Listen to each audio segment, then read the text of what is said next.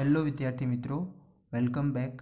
આજે આપણે વાત કરીશું વર્ગીકરણ સમૂહની પદાનુક્રમિત સંરચના, એટલે કે જે કેટલાક જીવ વિજ્ઞાનીઓ દ્વારા જે સજીવોને વર્ગીકૃત કરવામાં આવ્યા હતા એમાંથી કેટલાક ભિન્ન સ્તરોમાં સજીવોને વર્ગીકૃત કરેલ છે। તો એ ભિન્ન સ્તરો કયા કયા છે અને એમાં કયા સજીવોને વર્ગીકૃત કરેલ છે, તો એના વિશે આપણે માહિતી મેળવીશું। તો જોઈએ હવે કે કયા જૈવ વૈજ્ઞાનિકોનો આમાં ફાળો રહેલો છે, જેમાંથી એક છે એર્નેસ્ટ હેકેલ, પછી રોબર્ટ વિટકેર, પછી કાર્લ વુઝ। એ બધા સજીવોને સૃષ્ટિ નામના વ્યાપક વર્ગોમાં વિભાજિત કરવાનો પ્રયત્ન કર્યો હતો। તો સૌપ્રથમ જે આ ત્રણ જે વૈજ્ઞાનિકો હતા એમને જૈવ વૈજ્ઞાનિકોએ સૌપ્રથમ દરેક સજીવને શામાં એમને વિભાજિત કર્યા હતા, કયા કયા વર્ગોમાં, તો સૃષ્ટિ નામના વર્ગમાં। જે તમે અહીંયા આગળ જોઈ શકો છો, જે અલગ અલગ પ્રકારના અહીંયા વર્ગો સ્તરો બતાવેલા છે। તો એમાંથી સૌપ્રથમનું જે સ્તર છે એ કયું છે? સૃષ્ટિ। કયું સ્તર છે? સૃષ્ટિ, ઠીક છે। જે આજે આપણે માહિતી મેળવીશું કે 5 પ્રકારની સૃષ્ટિ હોય।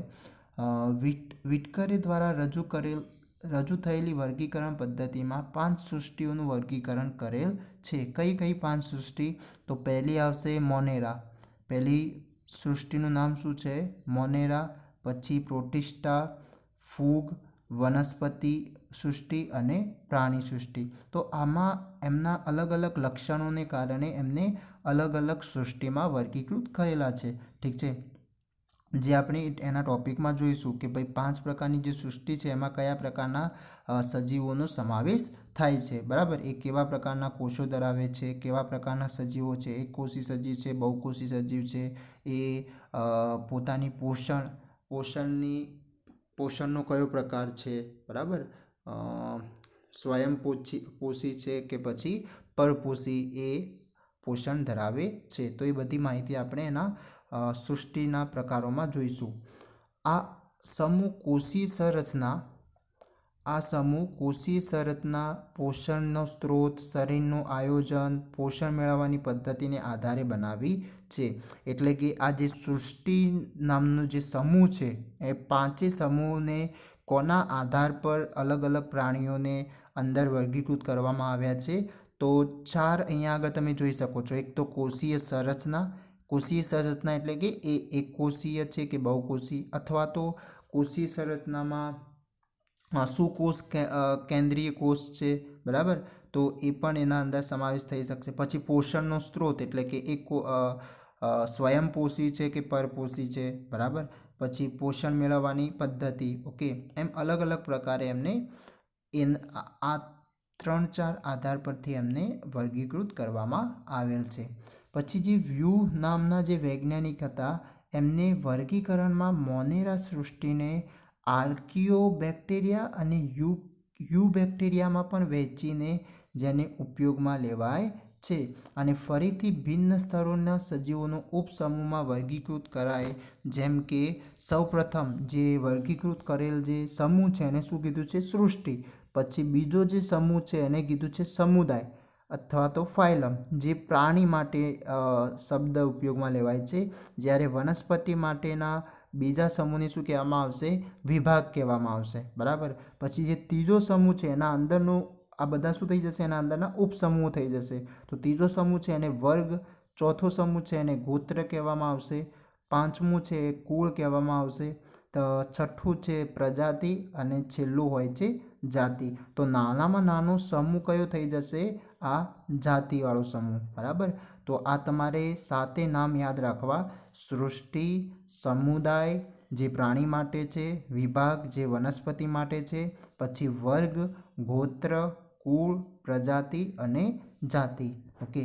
તો આ જ રીતે વર્ગીકરણના ક્રમાનુસાર સજીવોને વિભિન્ન લક્ષણોને આધારે નાનાથી નાના સમૂહમાં વહેંચવામાં આવે છે। એટલે કે સૃષ્ટિથી લઈને એને નાનામાં નાનો સમૂહ કયો છે? જાતિ। તો એ જાતિ સુધી એને વિવિધ લક્ષણોથી એમાં અલગ અલગ સમૂહમાં વહેંચવામાં આવશે કે ભાઈ કયા કુળમાં આવશે, કઈ પ્રજાતિનો છે, કઈ જાતિમાં આવે છે। એમ આ 7 સમૂહમાં એને વહેંચી શકાય છે. તો આપણે વર્ગીકરણના આધારભૂત એકમ સુધી પહોંચી શકીએ છીએ. તો વર્ગીકરણનો સૌથી નાનામાં નાનો આધારભૂત એકમ કયો છે? જાતિ, જે અત્યારે મેં તમને વાત કરી. ઓકે, પછી અલબત્ત આપણે કયા સજીવોને એક જ જાતિના સજીવો કહીએ અથવા તો એક જ જાતિના સજીવોમાં બાહ્ય સ્વરૂપમાં ઘણી સમાનતાઓ હોય છે અને તેઓ પ્રજનન પણ કરી શકે છે.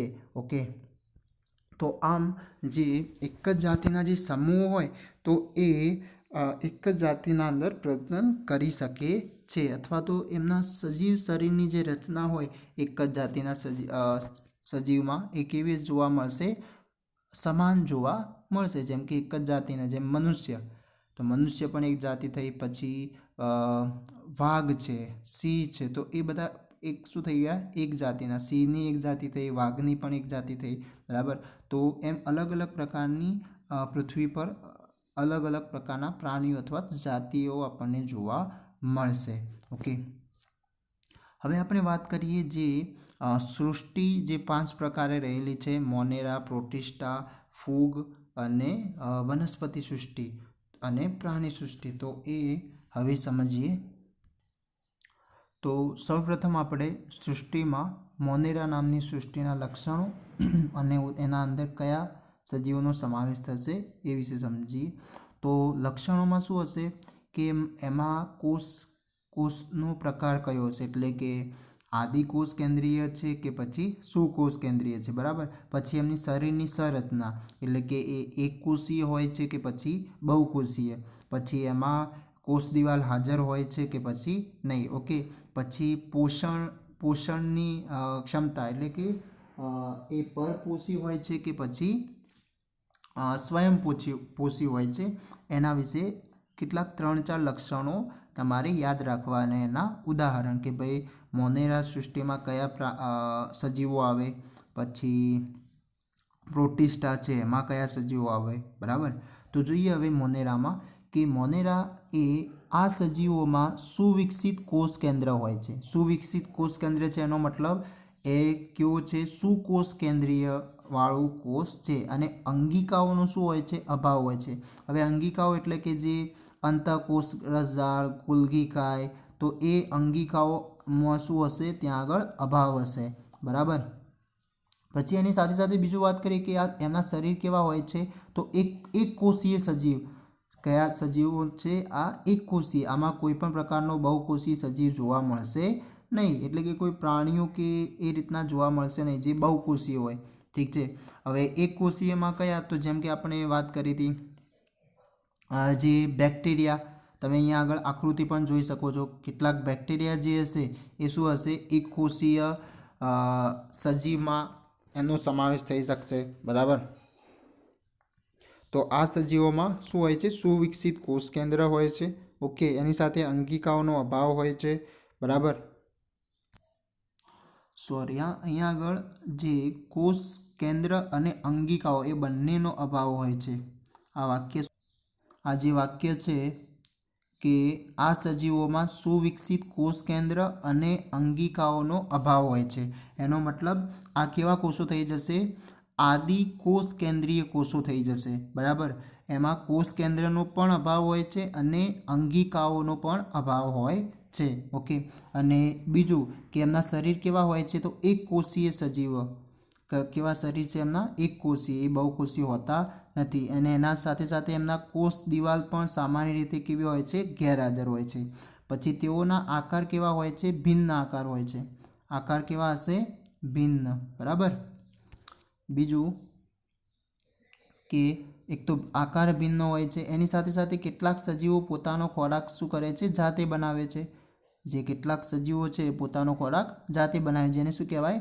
સ્વયંપોષીય કહેવાય. જ્યારે કેટલાક પર્યાવરણમાંથી મેળવે છે, જે શું થઈ જશે? પરપોષી થઈ જશે. બરાબર. તો એની સાથે ઉદાહરણ શું આવશે? તો બેક્ટેરિયા એટલે કે જીવાણુ. પછી નીલહરિત નીલ, જેને બીજા શબ્દમાં સાયનોબેક્ટેરિયા પણ કહી શકીએ છીએ, અને માઇક્રોપ્લાઝ્મા નામના સજીવો. ઠીક છે. તો નીલહરિત નીલ છે જે કેવા છે? સ્વયંપોષી છે, જે પોતાનો ખોરાક જાતે બનાવે છે. ઓકે, તો અહીંયા આગળ એના મહત્વના 4 લક્ષણો કયા હતા? તો એક તો એ આદિકોષ કેન્દ્રીય કોષ છે, બરાબર, એટલે એમના અંદર સુવ્યવસ્થિત અથવા તો સુવિકસિત કોષ કેન્દ્રનો અભાવ હોય છે, અંગિકાઓનો પણ અભાવ હોય છે. આ કેવા સજીવો છે? તો એક કોષીય સજીવ છે. ઓકે, પછી આમાં કોષ દિવાલ હાજર હોતી નથી. પછી એની સાથે સાથે આ એક સ્વયંપોષી પણ સજીવો હોઈ શકે છે આના અંદર, અને પરપોષી પણ સજીવોનો સમાવેશ થઈ શકે છે, એટલે કે બંને આવી શકે. ઓકે, તો કેટલા, જેમ કે બેક્ટેરિયા છે, તો બેક્ટેરિયા કેટલાક શું થઈ જશે? પરપોષી થઈ જશે, એ બીજા પર આધાર રાખે છે. ઓકે, જ્યારે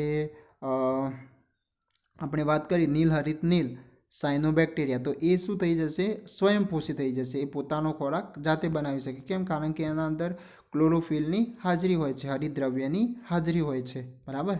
તો આ માહિતી હતી અહીંયા આગળ મોનેરા નામના સૃષ્ટિની. ઠીક છે, હવે વાત કરીએ એના પછીનું પ્રોટિસ્ટા. તો પ્રોટિસ્ટા સૃષ્ટિમાં કયા કયા લક્ષણો આવશે? તો સૌપ્રથમ કે આમના જે સજીવો છે એમાં કોષ કેન્દ્ર કેવા પ્રકારનું જોવા મળશે? એટલે કે સુકોષ કેન્દ્રીય કોષ હોય છે કે પછી આદિકોષ કેન્દ્રીય હોય છે. ઓકે, તો આમાં શું હશે? આ સમૂહમાં એકકોષીય ઘણા પ્રકારના સુકોષ કેન્દ્રીય સજીવોનો સમાવેશ થાય છે. એટલે કે આમના અંદર એક ચોક્કસ કોષ કેન્દ્ર આવેલું હોય છે. ઓકે, એટલે કે એમની શરીર રચના વિશે વાત કરીએ તો એ એકકોષી થઈ જશે, બરાબર. એમના અંદર સુકોષ કેન્દ્રીય કોષ આવેલું હોય છે, એટલે કે એક ચોક્કસ કોષ કેન્દ્ર આવેલું હોય છે. પછી એમને પ્રચલન કરવા માટે આવા સમૂહના જે સજીવો છે, ઓકે, તો એ કેટલાક સજીવોમાં પ્રચલન માટે પક્ષમો કસા નામની રચનાઓ જોવા મળતી હોય છે. હવે આ પક્ષમો શું છે? તો જેમ કે તમે આ પેરામિશિયમમાં જે એમના શરીરના છેડાવાળા ભાગ પર તમે તાંતણા જેવી રચનાઓ જોઈ શકો છો. આ બધી આખી તાંતણા જેવી રચના છે, એને શું કહેવામાં આવશે? પક્ષમો કહેવામાં આવશે, બરાબર. અને કસા એટલે કે જે તમે અહીંયા આગળ યુગ્લિના નામના સજીવમાં આ જે એક દોરી જેવી જે રચના છે લાંબી, એને શું કહેવામાં આવશે? કસા તરીકે આપણે એને ઓળખીશું. ઓકે, તો કેટલાક જે પ્રચલન કરવા માટે, કે એટલે પોતાના એક જગ્યાએથી બીજી જગ્યાએ જવા માટે અથવા તો પોતાના ખોરાકને ગ્રહણ કરવા માટે પણ એનો ઉપયોગ કરી શકીએ છે. ઓકે, એની સાથે બીજું કે જે સ્વયંપોષી તેમજ વિષમપોષી બંને પ્રકારના હોય છે. એટલે કે આમનું પોષણ કેવા પ્રકારનું હશે? સ્વયંપોષી તથા વિષમપોષી. ઓકે, એની સાથે સાથે એમની બેવડી દિવાલવાળી અંગિકાઓ પણ જોવા મળે છે. એટલે કે જ્યારે આપણે મોનેરામાં જોયું તો કે અંગિકાઓનો અભાવ હોય છે, જ્યારે એમના અંદર બેવડી એટલે કે બે દિવાલવાળી અંગિકાઓ જોવા મળશે. હવે અંગિકાઓ તમે અહીંયા આગળ જેમ કે આ અમીબા છે, તો અમીબા એક પ્રજીવ થઈ ગયું, બરાબર. તો પ્રજીવના અંદર તમે જોઈ શકો એક કર્ણાભસૂત્ર એની અંગિકા થઈ જશે, પછી અંતઃકોષરસ જાળ, અન્નદાની, બરાબર. તો આ બધા જ એક શું થઈ જશે? એમના અંગિકાઓ થઈ જશે. એમ દરેકના અંદર, જેમ કે અહીંયા અંદર હરિતકર છે, કોષ કેન્દ્રિકા એક કોષ કેન્દ્રના અંદર આવી જશે. પછી સંકોચનશીલ ધાની. તો આમ અલગ અલગ કોષ અંગિકાઓ હરેક આ પ્રોટિસ્ટાના સજીવોમાં જોવા મળશે. ઓકે, એમને એ રીતના જ એમને વર્ગીકૃત કરવામાં આવેલ છે. એની સાથે એક કોષીય ઉદાહરણ કયા થઈ જશે? તો એક કોષીય લીલ, જેને આપણે બીજા શબ્દમાં યુગ્લિના કહી શકીએ. પછી ડાયએટમ્સ, તો એને દ્વિઅણુ પણ કહી શકીએ. પછી પ્રોટોજોઆ, અથવા તો તમે એને પ્રજીવો પણ કહી શકો. પ્રોટોજોઆ એનો ઇંગ્લિશ વર્ડ છે, પ્રજીવો, બરાબર. પ્રજીવોમાં શું આવી શકે? તો આ અમીબા છે, પેરામિશિયમ છે, એ શું થઈ જશે? પ્રજીવ થઈ જશે. ઓકે, તો આમ કેટલાક સજીવો પ્રોટિસ્ટા સૃષ્ટિમાં વર્ગીકૃત કરવામાં આવેલ છે, જેમના એકકોષીય શરીર રચના હોય છે. પ્રચલન માટે ફૂટપાથ એટલે કે તમે જોઈ શકો કે અહીંયા આગળ અમીબામાં જે પોતે એક જગ્યાએથી બીજી જગ્યાએ જવા માટે ફૂટપાથ અથવા તો ખોટા પગ એ પોતાના શરીરમાંથી નીકાળતા હોય છે, અથવા તો એ રીતની સંરચના બનાવતા હોય છે. પછી એ રીતના પક્ષમો કે કસા દ્વારા પણ એ પોતાનું પ્રચલન કરી શકે છે। પછી પોષણની વાત કરીએ તો બે પ્રકારના પોષણ આમાં અંદર હોય છે, સ્વયંપોષી પણ હોય છે અને વિષમપોષી પણ હોય છે। સ્વયંપોષી જેમ કે આ યુગલીના છે તો એના અંદર હરિતકણ આવેલું હોય તો એ સ્વયંપોષી થઈ જશે, જ્યારે આ અમીબા છે, પેરામિશિયમ છે તો એમના અંદર હરિતકણ નથી તો એ કેવા થઈ જશે? પરપોષી થઈ જશે। ઓકે, તો આ માહિતી હતી અહીંયા આગળ પ્રોટિસ્ટા માટે। હવે જોઈએ આપણે ત્રીજું જે છે ફૂગ નામની જે સૃષ્ટિ છે તો એમાં કયા પ્રકારના લક્ષણો જોવા મળશે? તો સૌ પ્રથમ શરીરની રચના વિશે વાત કરીએ તો સજીવો વિષમપોષી એટલે કે આ તો સૌપ્રથમ શું થઈ જશે? એમના પોષણ માટેની વાત થઈ ગઈ। જોઈએ અંદર આ સમૂહના સજીવો વિષમપોષી યુકેરિયોટિક સજીવો છે। વિષમપોષી એટલે કે બીજા પર એ આધાર રાખે છે। ઓકે, અને યુકેરિયોટિક એ અંગ્રેજી શબ્દ થઈ જશે જેને આપણે શું કહીએ છીએ? સુકોષ કેન્દ્રીય। બરાબર, યુકેરિયોટિકને શું કહેવામાં આવશે? સુકોષ કેન્દ્રીય સજીવો છે અને તેઓ કેવા હોય છે? મૃતોપજીવી। હવે મૃતોપજીવી એમને કેમ કહેવામાં આવ્યા છે? કારણ કે એ શું કરે છે? જે સડેલા કાર્બનિક પદાર્થો હોય જેમ કે સડેલું થડ હોય, બરાબર, કોઈ મૃત જે સજીવ હોય, બરાબર, તો એમના અંદરથી શું કરે છે? સડેલા કાર્બનિક પદાર્થોનું પોષણ કરે, એ શોષણ કરશે, બરાબર, અને શોષણ કરીને પોતાના અંદર એ ખોરાક મેળવે છે। ઓકે, તો કાર્બનિક પદાર્થોનું પોષણ માટેનો ઉપયોગ કરે છે અને તેઓમાંની ઘણી બધી ફૂગ તેમના જીવનની વિશેષ અવસ્થાઓમાં બહુકોષીય ક્ષમતા પ્રાપ્ત કરી લે છે। એટલે કે બહુકોષી ક્ષમતા એનો મતલબ એના અંદર પછી કોષોનો વધારો થતો જોવા મળશે, જેના કારણે શું શબ્દ વાપરેલો છે? બહુકોષીય। ઓકે, પછી આમાં જે ફૂગની કોષ દિવાલમાં કાઇટિન નામની જટિલ શર્કરા જોવા મળતી હોય છે। કયા નામની? આ નામ યાદ રાખજો, કાઇટિન નામની જટિલ શર્કરા તેના અંદર જોવા મળતી હોય છે। હવે એમના ઉદાહરણ જોઈએ તો એક કોષીય ફૂગ જેમ કે ઈસ્ટ, પછી બહુકોષીય ફૂગ કહીએ તો એ થઈ જશે મશરૂમ, જે આપણે મશરૂમ બિલાડીની ટોપ જે વાત કરીએ છીએ, જેને એને વૈજ્ઞાનિક શબ્દમાં કહેવું હોય તો એગેરિક્સ પણ કહી શકીએ છીએ, બરાબર, જે આપણી બિલાડીની ટોપ અથવા મશરૂમ તરીકે ઓળખીએ છીએ। ઓકે, પછી એસ્પરજિલિસની તમે રચના અહીંયા આગળ જોઈ શકો છો। પછી પેનિસિલિયમ, બિલાડીની ટોપ, એગેરિક્સ વગેરે શું થઈ જશે? આ બહુકોષીય સજીવ થઈ જશે અને એક કોષીય સજીવમાં ફક્ત શું આવશે? ઈસ્ટનો સમાવેશ થશે, જે ફૂગ એક પ્રકારની શું છે? ફૂગ છે। ઓકે, હવે આના અંદર એક બીજો ટોપિક કે જે લાઇકેન એટલે શું? લાઇકેન એટલે કે જે કેટલીક ફૂગ જે છે, કેટલીક જાતિની જે ફૂગ છે એ નીલ સાથે સ્થાયી આંતરસંબંધ ધરાવી લે છે। એટલે કે અહીંયા આગળ લાઇકેનમાં બે સજીવો એકબીજા સાથે રહીને જીવે છે, બરાબર। તો જેમ કે લાઇકેનમાં જે નીલ છે એ શું કરે છે? ખોરાક બનાવવાની ક્ષમતા રાખે છે, જ્યારે ફૂગ એ શું કરે? તો ફૂગ એને જે જોઈતા કાચો પદાર્થ હોય એ ફૂગ એને પ્રોવાઈડ કરતું હોય, બરાબર, જેના કારણે આ એકબીજાને મદદરૂપ થાય છે।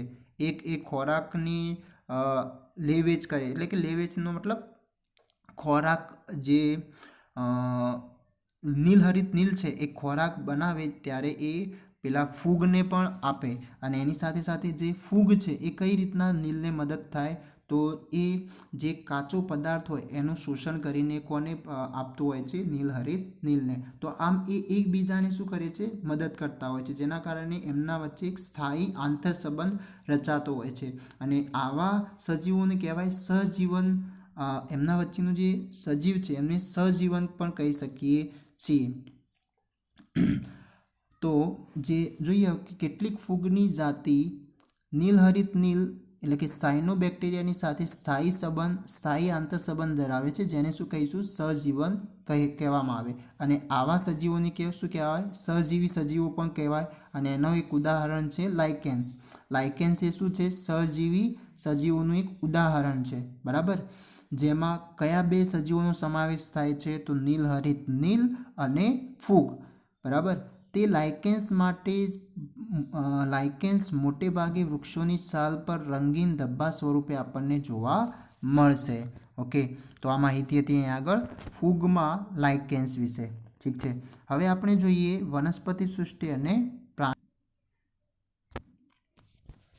હવે જે વનસ્પતિ સૃષ્ટિ અને પ્રાણી સૃષ્ટિ છે એમાં વનસ્પતિ સૃષ્ટિ તો એમાં પણ આવા સમૂહમાં શું હશે? કોષ દિવાલ ધરાવે છે, બરાબર. બહુકોષીય અને સુકોષ કેન્દ્રીય એટલે કે એક યુકેરિયોટિક એક ચોક્કસ કોષ કેન્દ્ર એમના અંદર જોવા મળશે અને તેમાં સ્વયંપોષીનો શું હોય છે? હા, તે કેવા હોય છે? પોષણમાં સ્વયંપોષી હોય છે, બરાબર. અને એની સાથે સાથે પ્રકાશ સંશ્લેષણ દ્વારા એ પોતાનો ખોરાક બનાવી શકે છે, જેના માટે હરિતકણ એમાં હોવું જોઈએ. એટલે કે હરિતકણનો ઉપયોગ કરીને પ્રકાશ સંશ્લેષણથી પોતાનો ખોરાક બનાવી શકે છે. તો આ સમૂહની બધી જ વનસ્પતિઓનો સમાવેશ થશે. પ્રાણીઓ પણ કેવા હોય છે? બહુકોષીય અને સુકોષ કેન્દ્રીય સજીવો છે, બરાબર. એમાં કોષ દિવાલનો શું હોય છે? અભાવ. જ્યારે આના અંદર કોષ દિવાલ હોય છે. વનસ્પતિના કોષોમાં આપણે જોયું હતું કે વનસ્પતિ કોષમાં કોષરસ પટલ તો હોય, પરંતુ એની બાજુ એની ફરતે બીજું એક પડ પણ આવેલું હોય, જેને શું કહેવામાં આવે? કોષ દિવાલ. તો જેમાં પ્રાણી કોષમાં કોષ દિવાલનું શું હોય છે? અભાવ હોય છે. ઓકે, અને આ કેવા છે? વિષમપોષી અથવા પરપોષી. તો પરપોષી કેમ કહેવામાં આવ્યું? કારણ કે એ ખોરાક માટે બીજા ઉપર આધાર રાખે છે, બરાબર.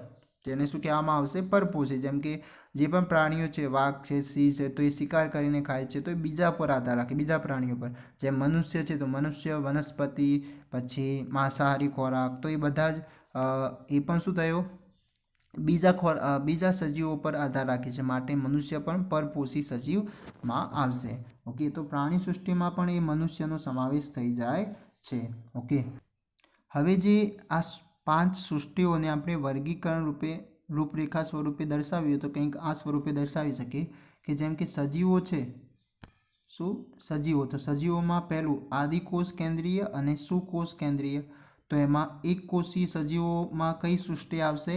મોનેરા. જ્યારે સુકોષ કેન્દ્રીયમાં એક કોષીયમાં ઓનલી ફોર કઈ સૃષ્ટિ આવશે? પ્રોટિસ્ટા, બરાબર. અને બહુકોષીયમાં બે થઈ જશે, એક કોષ દિવાલ સહિત અને કોષ દિવાલ વિહીન. તો એમાં કોષ દિવાલ સહિતમાં બે આવશે. કયા કયા? એક તો પ્રકાશ સંશ્લેષણ ન કરી શકતા સજીવોમાં શું આવશે? ફૂગ આવશે. અને જે પ્રકાશ સંશ્લેષણની ક્રિયા દ્વારા કયા સજીવો આવશે? તો સૃષ્ટિમાં વનસ્પતિ આવશે. અને જે કોષ દિવાલ વિહીનના જે સજીવો છે એમાં શું આવશે? પ્રાણી આવશે. એ સૃષ્ટિમાં શું આવી શકશે? પ્રાણી, બરાબર. તો આમ તમે ટૂંકમાં પણ એને એક રૂપરેખા સ્વરૂપે બતાવી શકો છો. ઠીક છે, તો આ માહિતી હતી અહીંયા આગળ કે જે વિવિધ સૃષ્ટિમાં 5 સૃષ્ટિઓના અલગ અલગ લક્ષણો કયા હતા, એમના અંદર કયા પ્રાણીઓનો સમાવેશ થાય છે, બરાબર. એની સાથે સાથે કયા વૈજ્ઞાનિકો દ્વારા એ સૃષ્ટિને રચવામાં આવેલી છે.